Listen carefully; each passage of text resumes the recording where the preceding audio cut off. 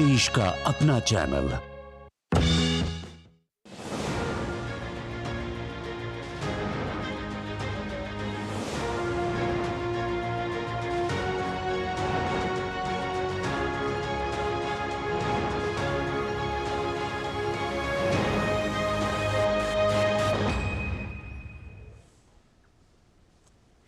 नमस्कार, जनादेश में आप सभी का बहुत बहुत स्वागत है। मैं हूं लालचंद्र सिंह। जनादेश यानी 5 राज्यों में हो रहे विधानसभा चुनाव की स्पष्ट और निष्पक्ष खबरें। जनादेश में बात होगी राजस्थान, मध्य प्रदेश, छत्तीसगढ़, तेलंगाना और मिजोरम में क्या रही दिन भर की चुनावी सरगर्मियां।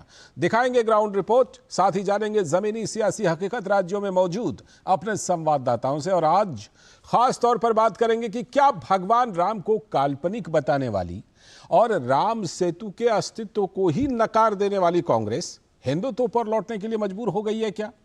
और बात करेंगे पूर्वोत्तर राज्य मिजोरम के लिए बीजेपी के दृष्टिपत्र की। साथ में अन्य चुनावी खबरें भी होंगी। तो आइए करते हैं इस खास प्रोग्राम की शुरुआत।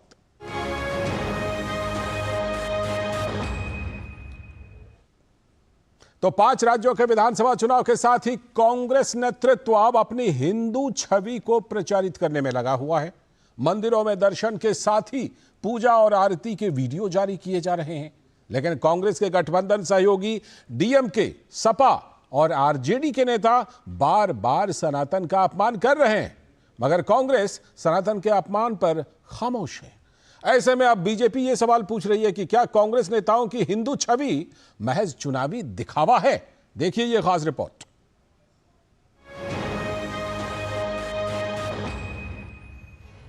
पांच राज्यों में विधानसभा चुनाव को लेकर राजनीतिक सरगर्मियां बढ़ने के साथ ही मतदाताओं को लुभाने की कवायद भी तेज हो गई है।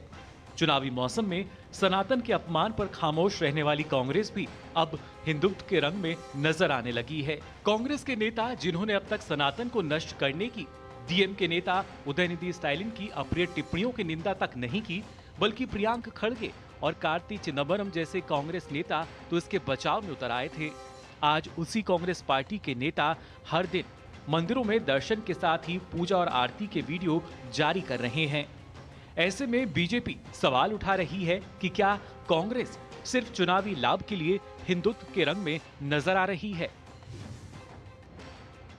लगातार हिंदुओं पर प्रहार करने वाली कांग्रेस पार्टी जब चुनाव आते हैं तो हिंदुओं को आकर्षित करने के लिए, उनके वोटों को हथियाने के लिए नकली हिंदू बनती है। तो कभी राहुल गांधी जनेऊ धारण कर लेते हैं, तो कभी मंदिर मंदिर जाते हुए सिर्फ चुनाव में दिखते हैं। जैसे ही चुनाव हो जाते हैं, चाहे हिंदू धार्मिक त्योहार हो या संस्कृति की बात हो, लगातार कांग्रेस पार्टी प्रहार करती नजर आती है। इतना ही नहीं, गठबंधन सहयोगी डीएमके, सपा और आरजेडी के नेताओं ने कई बार बहुसंख्यक भावनाओं का अपमान करने की कोशिश की।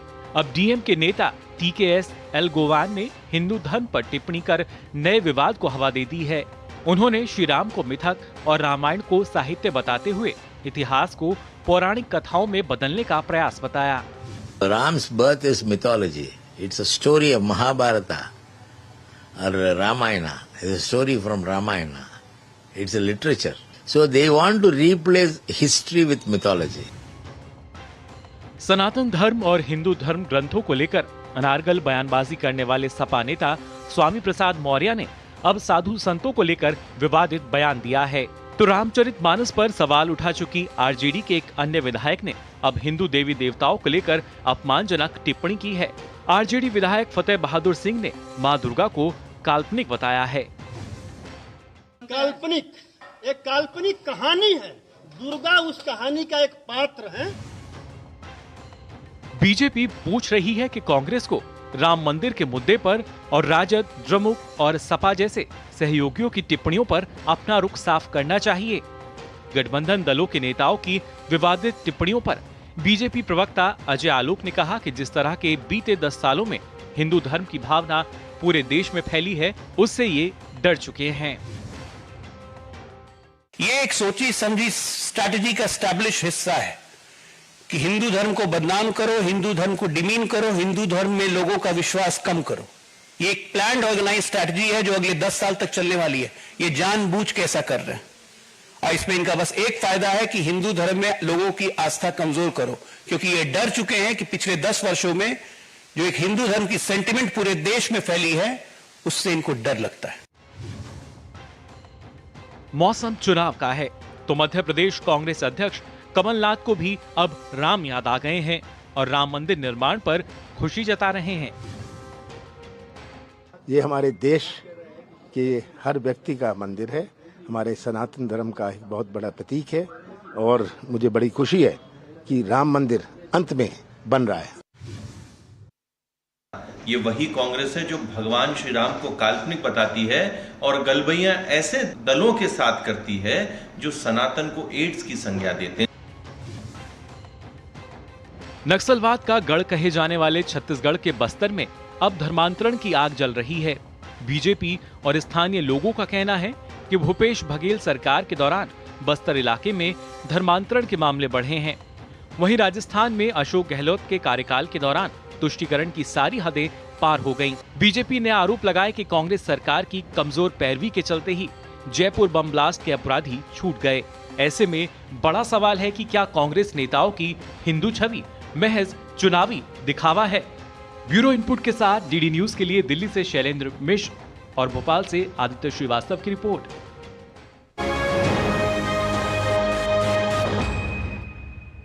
जी, तो सवाल यही है कि क्या कांग्रेस से हिंदुत्व के मामले पर दो नाव पर पैर रख रही है। दीपक जैन हमारे संवाददाता मध्य प्रदेश से हमारे साथ जुड़ रहे हैं इस खबर पर बात करने के लिए। दीपक, जिस तरह से हम देखते हैं कि कर्नाटक में कुछ और लेकिन मध्य प्रदेश की जमीन आते आते कुछ और, क्या कांग्रेस दो नावों पर एक साथ पैर रखने की कोशिश कर रही है? एक तरफ देखिए कहते हैं मंदिर भी जाते हैं, कहते हैं राम मंदिर तो हमारा भी है, दूसरी तरफ यही कांग्रेस है जिन्होंने भगवान राम को काल्पनिक बताया था, यही कांग्रेस है जिन्होंने राम सेतु के अस्तित्व को ही नकार दिया था। और चाहे डीएमके के नेता बयान दें, सपा के नेता बयान दें, आरजेडी के नेता बयान दें, कांग्रेस खामोश रहती है। दीपक। बिल्कुल लालचंद जी, जिस तरीके से अगर देखा जाए जो अभी बयान सामने आ रहे हैं उनको अगर विशेष तौर पर अगर देखें तो जिस तरीके से मध्य प्रदेश में चूंकि जो चुनावी माहौल है यहां पर कांग्रेस ये समझ चुकी है कि उनका जो इंडी गठबंधन था उसके साथ वो यहां पर नहीं चल सकती और ऐसे में अब जो कांग्रेस के नेता हैं वो हिंदुत्व की जो चुनावी हिंदुत्व जिसे कहा जा सकता है उसकी जो नाव है उस पर यहां पर सवार है। लेकिन पूरे देश भर की अगर बात की जाए तो वो कहीं ना कहीं उस इंडी गठबंधन के जो बयान है उनको लेकर कहीं भी इस तरीके की कोई जो उस पर आपत्ति है वो नहीं जताते हैं। विशेष तौर पर मध्य प्रदेश की बात की जाए या अन्य राज्यों की जहां पर अभी चुनाव है वहां पर देखा जा सकता है कि कांग्रेस किस तरीके से इस पूरे मामले को लेकर चल रही है और लगातार हम देख रहे हैं कि जिस तरीके से जो बयान भी आ रहे हैं श्री राम को लेकर जो बयान आए हों या इस रूप से कह रही है कि ये सिर्फ चुनावी हिंदुत्व है। बिल्कुल, और सवाल इसलिए भी है कांग्रेस के ऊपर क्योंकि कांग्रेस के ऊपर धर्मांतरण को लेकर सवाल है, तुष्टीकरण को लेकर सवाल है। कांग्रेस में उस समय कपिल सिब्बल थे जब उन्होंने 2019 से पहले राम मंदिर के बारे में फैसला देने से मना किया था सुप्रीम कोर्ट को। बहुत बहुत शुक्रिया दीपक जुड़ने के लिए इस खबर पर और बात करने के लिए। तो हमारे संवाददाता दीपक जैन जुड़े थे। और अब बात मध्य प्रदेश के विधानसभा चुनाव की, जहां नामांकन का दौर जारी है। केंद्रीय मंत्री और चुनाव प्रबंधन समिति के संयोजक नरेंद्र सिंह तोमर ने शुक्रवार को मुरैना जिला कलेक्ट्रेट कार्यालय पहुंचकर दिमनी विधानसभा से बीजेपी प्रत्याशी के रूप में अपना नामांकन पत्र दाखिल कर दिया। इस अवसर पर पार्टी के कई नेता मौजूद रहे।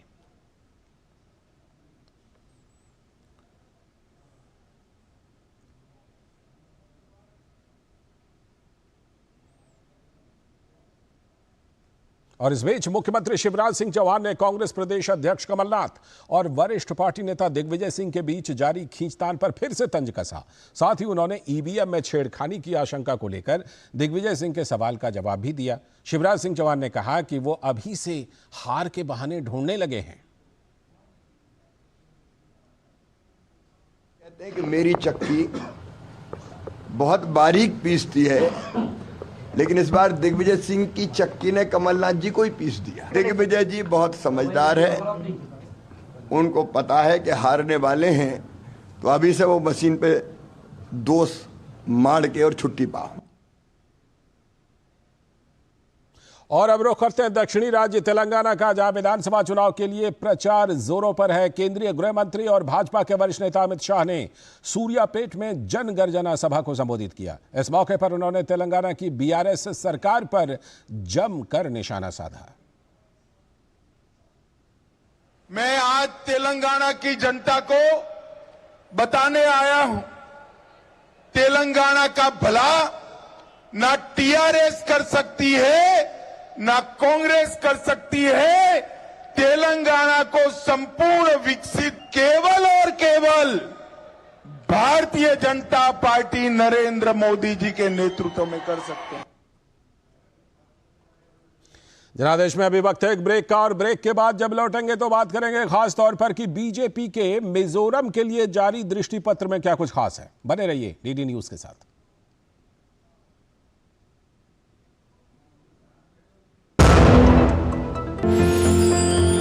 साल बरस और सदी नहीं, एक युग गुजर जाएगा, उम्र न पूछो वंडर की, जब फर्क नजर आएगा।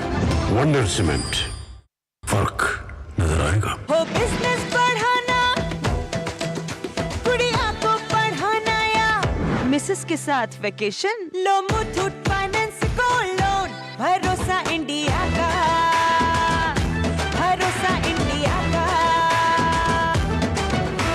मुथूट फाइनेंस, भारत का नंबर 1 सबसे भरोसेमंद financial services brand. Gold loan के लिए अभी कॉल करें 1-800-313-1212।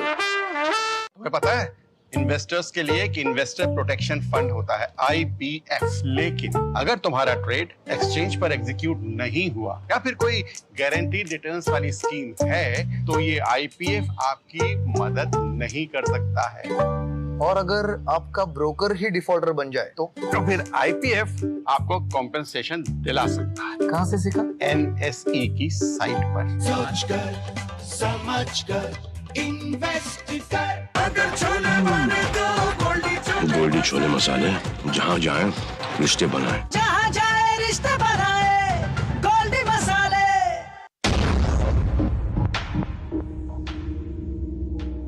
हरदम तैयार है, बिल्कुल तैयार है, हरदम तैयार है, तैयार है, जी जाने से तैयार है, इसीलिए तो हम लहरों के पहरेदार हैं। जय भारती, जय भारती, हम हैं नौसेना, हम हैं भारत के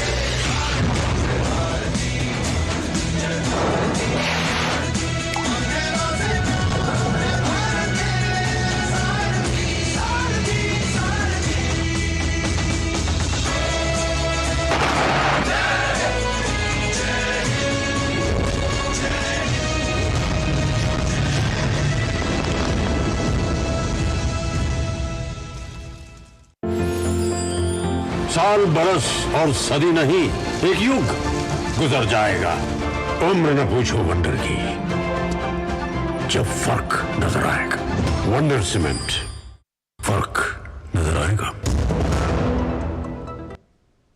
स्वागत है ब्रेक के बाद डीडी न्यूज पर। आप देख रहे हैं हमारा खास प्रोग्राम जनादेश। अब बात पूर्वोत्तर राज्य मिजोरम की, जहां बीजेपी ने मिजोरम विधानसभा चुनाव के लिए अपना विजन डॉक्यूमेंट यानी कि दृष्टि पत्र जारी कर दिया है।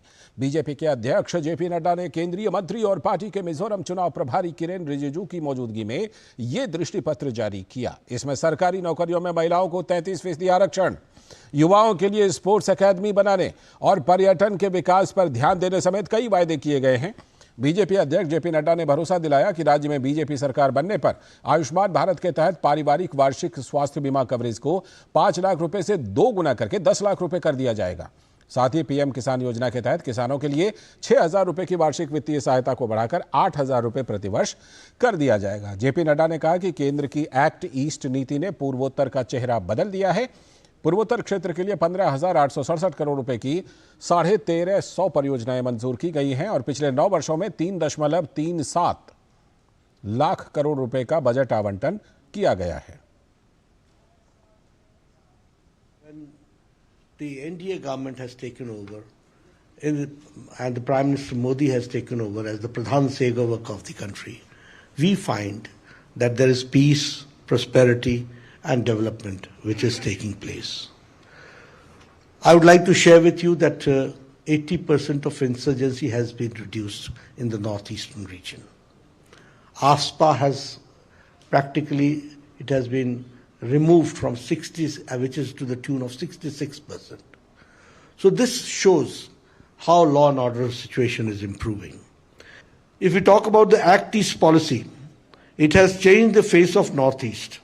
And I can say that 1,350 projects worth 15,867 crore have been sanctioned for the northeastern region. This much has been sanctioned. The budget allocation is 3.37 lakh crore in the last 9 years. हमारे संवाददाता बिक्रमजीत सिंह मिजोरम से जुड़ रहे हैं हमारे साथ इस खबर पर और चर्चा करने के लिए। बिक्रम, जिस तरह से हम देख रहे हैं कि ये जो विजन डॉक्यूमेंट बीजेपी का है, इसमें साफ तौर पर जो बीजेपी की एक्ट ईस्ट पॉलिसी है उसकी पूरी छाप, चाहे महिलाओं के लिए योजनाएं हो, चाहे फिर युवाओं के लिए और बाकी लोगों के लिए।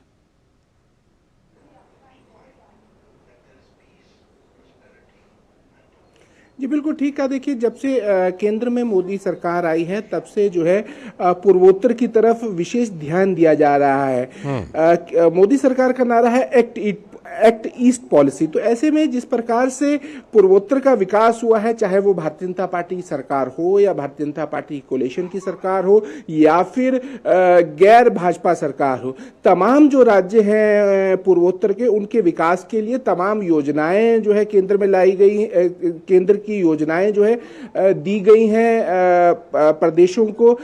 आज जेपी नड्डा की तरफ से तमाम योजनाओं का जिक्र किया गया, ये बताया गया कि किस प्रकार से जो है केंद्र की योजना, जैसे अगर मिजोरम की बात की जाए तो 100% जो है हर परिवार में नल से जल की व्यवस्था की गई है। प्रदेश जो है ओडीएफ, क्योंकि केंद्र की योजना है, ओडीएफ फ्री किया गया है। इसके अलावा जो स्वास्थ्य योजना है उसको डबल किया जाएगा। तो तमाम ऐसी बहुत सारी केंद्र की योजना, जैसे ओलंपिक्स के अगर खेल है उसमें किस प्रकार से विकास किया जा सकता है, उसके लिए यहाँ पर एक स्थान बनाने की बात की जा रही है। किस प्रकार से पर्यटन का विकास जो है यहां पर किया जा सकता है। तो तमाम ऐसी योजनाएं हों। इसके अलावा क्योंकि प्रदेश में नशा एक समस्या है, तो उसको किस प्रकार से हल किया जाता है, ड्रग फ्री स्टेट बनाने का जो है भारतीय जनता पार्टी की तरफ से वादा किया गया है कि गांव का इंफ्रास्ट्रक्चर का विकास, हर गांव के इंफ्रास्ट्रक्चर के विकास की बात की गई है, उसके लिए अलग से फंड की बात की गई है। और इसके अलावा जो है जो भ्रष्टाचार जो पिछली सरकारों का किया गया उसको लेकर जो है बात की गई है। आर्थिक विकास के लिए जो है एक व्हाइट पेपर लाने की बात की गई है। तमाम जो पारदर्शी सरकार, क्योंकि जेपी नड्डा के साफ तौर पर कहना है कि उनकी सरकार जो है वह रिपोर्ट कार्ड सरकार पर भरोसा करता है। रिपोर्ट कार्ड सरकार का मतलब है कि जो कार्य किए गए हैं वो जनता के सामने रखने का। अगर वादे किए गए हैं तो आने वाले 5 साल बाद वो रिपोर्ट कार्ड बताएंगे कि किस प्रकार से कौन-कौन से कार्य किए जाएंगे। शुक्रिया बिक्रम, आगे हम आपसे और जानकारी लेते रहेंगे। फिलहाल आपका बहुत बहुत शुक्रिया। अभी वक्त है एक ब्रेक का, और ब्रेक के बाद जब लौटेंगे तो देखेंगे कुछ और चुनावी खबरें। साल, बरस और सदी नहीं, एक युग गुजर जाएगा। उम्र न पूछो वंडर की, जब फर्क नजर आएगा। वंडर सीमेंट, फर्क नजर आएगा। अब क्या देख रहे हो पापा? तुम कहते हो ना कि स्टॉक मार्केट में बहुत सोच समझकर इन्वेस्ट करना चाहिए, बस थोड़ा सा ज्ञान ले रहा हूं। किससे? हर एक स्टॉक्स एक्सपर्ट है, मस्त एजुकेशनल वीडियोस बनाता है और अच्छी इन्वेस्टमेंट की टिप्स भी देता है। पापा इन वीडियोस पे ना जाएं, अपना रिसर्च खुद करें या सेबी रजिस्टर्ड इन्वेस्टमेंट एडवाइजर से संपर्क करें। एजुकेशन के नाम पर कुछ इन्फ्लुएंसर्स अक्सर इन्वेस्टर को मिसगाइड करते हैं, नुकसान आपका होगा। सोच कर समझ कर इन्वेस्ट कर, अगर छोले बने तो गोल्डी छोले मसाले, जहाँ जाए रिश्ते बनाए, जहाँ जाए रिश्ते बनाए, गोल्डी मसाले। साल, बरस और सदी नहीं, एक युग गुजर जाएगा। उम्र न पूछो वंडर की, जब फर्क नजर आएगा। वंडर सीमेंट, फर्क नजर आएगा। स्वागत है ब्रेक के बाद। डीडी न्यूज पर आप देख रहे हैं खास प्रोग्राम जनादेश। अब बात छत्तीसगढ़ की, जहां प्रधानमंत्री आवास योजना से 16 लाख घर बनने थे, लेकिन योजना में प्रधानमंत्री का नाम जुड़ने से प्रदेश सरकार अपने हिस्से का पैसा देने से मुकर गई। नतीजा हुआ कि केंद्र के पैसे वापस लौट गए और राज्य के 16 लाख से भी अधिक परिवार पक्के मकान से वंचित रह गए। अब चुनाव है तो जनता सवाल पूछ रही है कि मुझे तो मकान नहीं मिला, आपको मिला क्या? देखिए ये रिपोर्ट।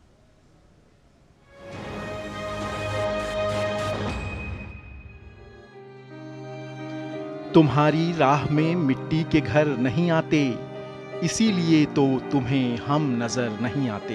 रायपुर के दतरेंगा गांव की महिलाओं की कुछ ऐसी ही कहानी है।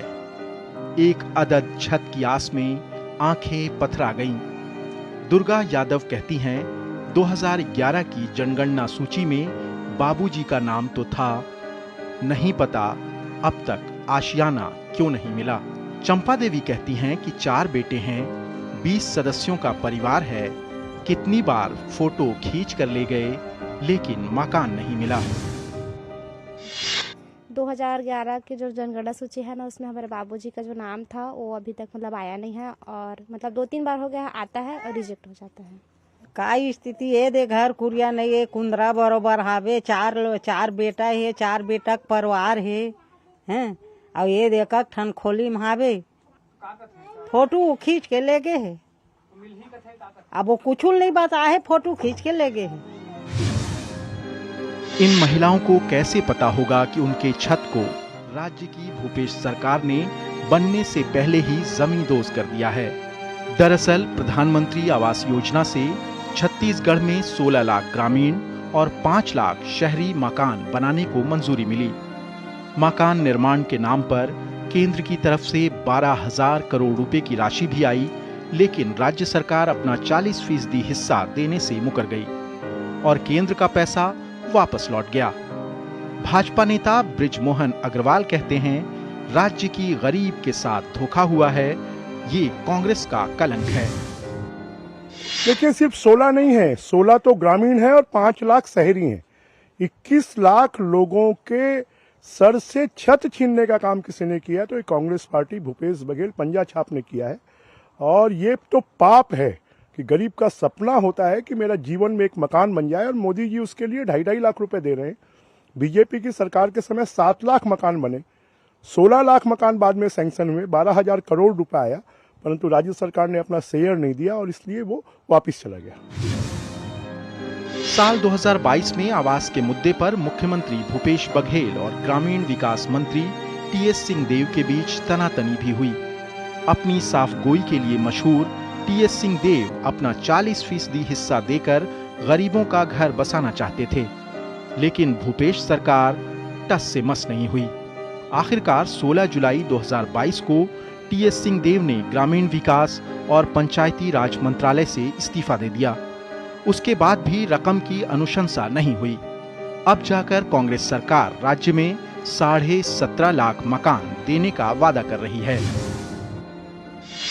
आज जो 17.5 लाख हम मकान दे रहे हैं वो राज्य सरकार के संसाधन से दे रहे हैं। 7 लाख लोगों को उनके खाते में राशि जा चुकी है और बाकी लोगों को हमारी सरकार बनने के बाद उनके खाते में राशि दी जाएगी, उसमें कहीं कोई दिक्कत नहीं है। राजनीतिक विश्लेषक कहते हैं कि केंद्र राज्य की खींचातानी में छत्तीसगढ़ की जनता का नुकसान हुआ। जहां तक बात कांग्रेस की तरफ से 17.5 लाख मकान देने की है, जब कांग्रेस केंद्र को अपना हिस्सा नहीं दे पाई, फिर मकान बनाकर कैसे दे पाएगी? मिला के जब 2 विपरीत दलों की सरकार केंद्र और राज्य में होती है तो उसकी कीमत जिस रूप में चुकानी पड़ती है, उसका ये एक उदाहरण है। 2 दलों के बीच का संघर्ष था, किसको लाभ मिले, किसको इसका यश मिले, इसको लेकर संघर्ष था, और कुल मिलाकर आवास नहीं बने, ये एक सच्चाई है।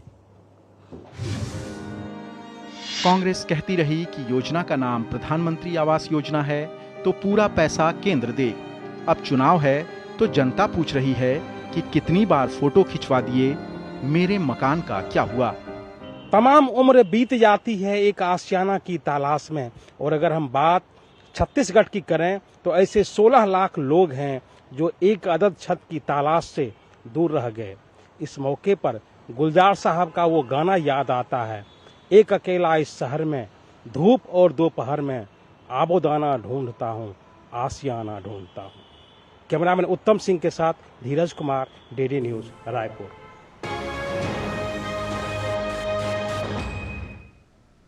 लोग आशियाना ढूंढ रहे हैं और नेता जो है वो राजनीति। खैर, बस्तर की जीत किसी भी पॉलिटिकल पार्टी को छत्तीसगढ़ की गद्दी दिला देती है। राज्य की स्थापना से लेकर अब तक हुए चुनाव यही कहानी बताते हैं। इस बार बस्तर संभाग में 46% युवा मतदाता अपने जनप्रतिनिधियों का चुनाव करेंगे। तो युवाओं को आकर्षित करने के लिए सभी राजनीतिक पार्टियों ने अपने युवा उम्मीदवारों को ही मैदान में उतारे हैं। बस्तर संभाग के युवा लेकिन क्या सोच रहे हैं और चुनाव को लेकर और क्या है उनके मुद्दे, इस पर देखिए हमारे संवाददाता नीरज सिंह की ये रिपोर्ट और हमारी पूरी जनादेश टीम को दीजिए इजाजत। नमस्कार।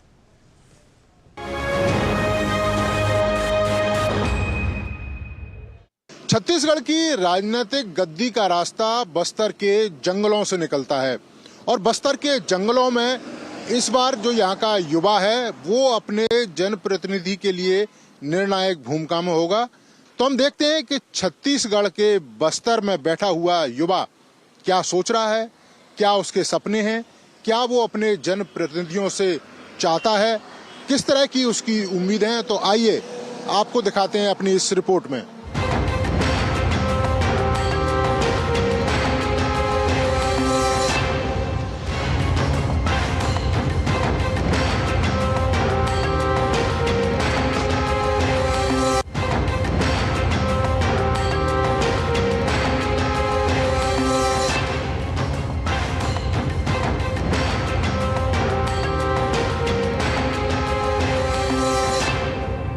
जानने की कोशिश कर रहे हैं कि जो युवा हैं वो क्या सोच रहे हैं, क्योंकि इस बार बस्तर की अगर बात करें तो 46% जो युवा है वो वोट करेगा और यही कारण है कि पॉलिटिकल पार्टियों ने जो उम्मीदवार खड़े किए हैं वो भी ज़्यादातर युवा किए हैं। 60% के करीब युवा उम्मीदवार हैं और कोशिश यही है पॉलिटिकल पार्टियों की कि जो युवा है उसका जो वोट है वो ज़्यादा से ज़्यादा ले सकें।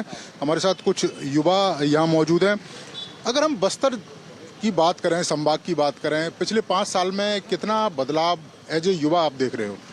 युवा के तौर पे छत्तीसगढ़ में बदलाव तो कुछ नहीं हुआ है और यह पूरे देश का पहला ऐसा प्रदेश है जहां पर छत्तीसगढ़िया ओलंपिक के नाम पर पिट्ठूल खिलाया जा रहा है, गिल्ली डंडा खिलाया जा रहा है। इस पिट्ठूल और गिल्ली डंडा से क्या देश को ओलंपिक मेडल मिल जाएगा क्या?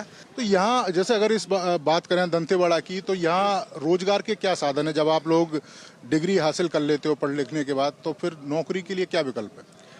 यहाँ पर जिले के अंदर तो लगभग विकल्प जब से कांग्रेस की गवर्नमेंट आई है खत्म हो गया। पहले क्या स्थानीय भर्ती होती थी जिले के अंदर, तृतीय और चतुर्थ श्रेणी की, वो भर्तियां सरकार ने पहले तो एक आदेश निकाला कि हमारे पास वित्तीय हमारी स्थिति मजबूत नहीं है, इसलिए ये भर्तियां प्रदेश से अनुमति लेके होगी। अब जो भर्ती निकाल रहा है, जब सरकार बदलने का या सरकार के जाने का समय हो रहा है, तो वो नई नई भर्ती निकाल रहा है, उसको स्थानीय स्तर पे नहीं करके प्रदेश स्तर पे कर रहा है। जो लोकल स्तर पे जो जिले में जो बेरोजगार हैं या युवा हैं जो पढ़ रहे हैं, उनको आप रायपुर और बिलासपुर के लोगों से कंपटीशन करके आप फाइट करके अपने ही जिले में नौकरी करना अगर बोलेंगे तो वो पॉसिबल नहीं हो पाएगा। आप अगर देखें कि इस बार पूरे बस्तर संभाग में 46% युवा वोट करेगा और तमाम पॉलिटिकल पार्टियों ने जो अपने उम्मीदवार उतारे हैं उनमें प्राथमिकता युवाओं को दी है।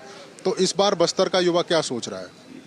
बस्तर के युवाओं के लिए हो चाहे छत्तीसगढ़ प्रदेश के युवा हो, एक भी ऐसा नया इंडस्ट्री हो या कोई फैक्ट्री हो या कोई आईटी सेक्टर में छत्तीसगढ़ में निवेश नहीं हुआ है।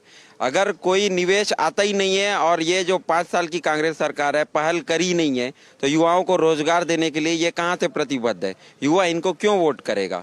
ये आप लोग जब बता रहे हैं कि भाई यहाँ पे कोई काम धंधा नहीं है, तो कैसे घर का खर्च कैसे चलता, क्या करते हैं आप लोग?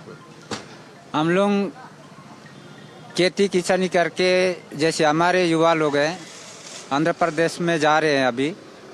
अब यहाँ कुछ भी जो वादा किए थे, गांव के सियान वड्डे गुंडिया लोगों को भी वादा किए थे कि वड्डे गुंडिया लोगों को भी पैसा देंगे, वो तक भी अभी तक के वड्डे गुंडिया लोग गांव वाले उनका कहना है कि कांग्रेस सरकार इतना झूठ बोलकर जो वोट ली थी, इस बार पूरे गांव जनता भी जान गई कि ये झूठा वादा करके वोट लेने वाले। तो ये आपने देखा, ये युवा थे और बस्तर के युवा हैं, इनके कुछ इश्यूज हैं, इनकी कुछ मांगे हैं और ये चाहते हैं कि जो सरकार बने इनकी मांगों पर ध्यान दे, या रोजगार के साधन उपलब्ध करवाए, उद्योग धंधे खोले, ताकि इन युवाओं को काम धंधे की तलाश में दूसरे राज्यों में भटकना न पड़े।